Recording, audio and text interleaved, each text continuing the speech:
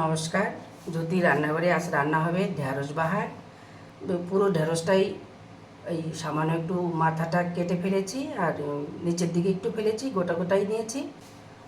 আর এই ঢেঁড়স বাহার বানাতে আমার লাগবে হলুদ, কাঁচা লঙ্কা, পাকা লঙ্কা, দুধ, সর্ষের তেল, চিনি, মৌরি ভেজে গুঁড়ো করে নিয়েছি, নুন। এবার আমি গ্যাস ধরিয়ে দেবো। কড়াই বসিয়ে দিয়ে গ্যাস ধরিয়ে দিয়েছি, কড়াই গরম হয়ে গেছে। এবার আমি সর্ষের তেল দিচ্ছি।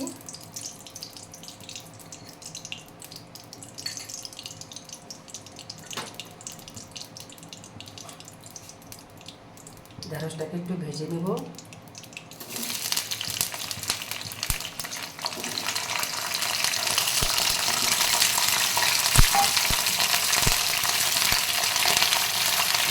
একটু হালকা নুন দিয়ে দেবো।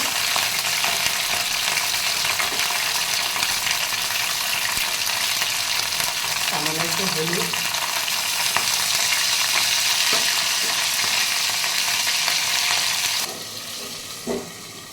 রান্নাটা ঢেকে দিলাম, আস্তে আস্তে ভাজা হোক।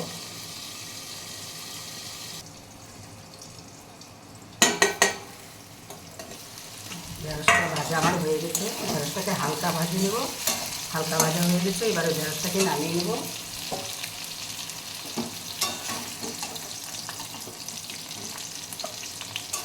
কড়াইতে ঢেঁড়স ভাজার তেলটা অনেকটা রয়ে গেছে, এর মধ্যে আরেকটু তেল দেবো।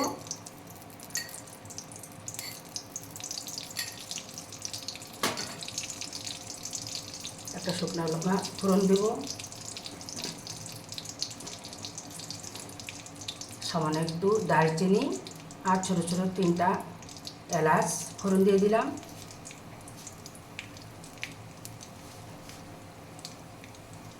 এবার আমি বেশি না একটু হলুদ দেবো তেলটাতে, গ্যাস কমিয়ে দেব।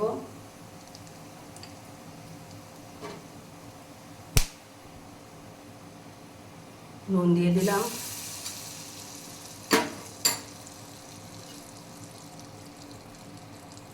এবার হাফ চামচ মৌরি গুঁড়ো,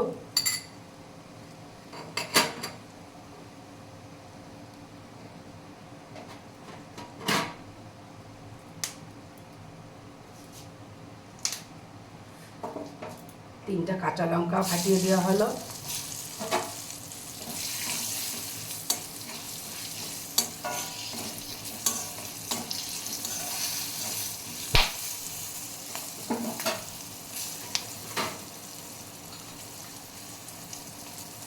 সামান্য একটু চিনি দেব।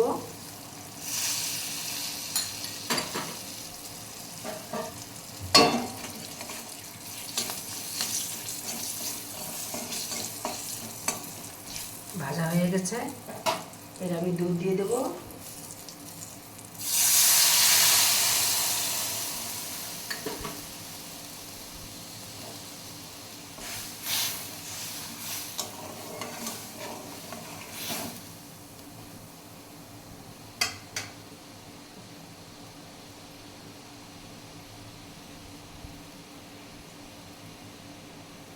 দুধটাও ফুটে গেছে, এবার ভাজা ঢেঁড়সটা ঢেলে দেবো।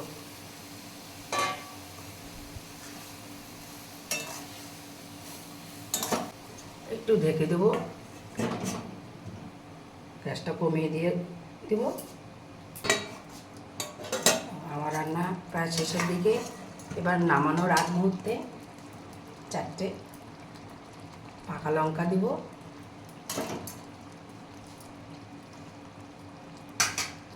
আর একটু ওই ভাজা মৌরি গুঁড়োটা আর একটু ছড়িয়ে দেব।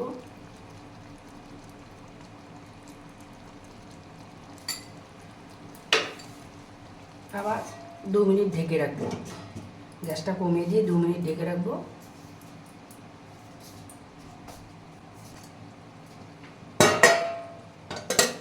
বাহ, আমার রান্না হয়ে গেছে। ঢেঁড়স বাহার আমার তৈরি হয়ে গেছে। এবার গ্যাস বন্ধ করে দেবো। বাহারটাকে এবার নামাবো।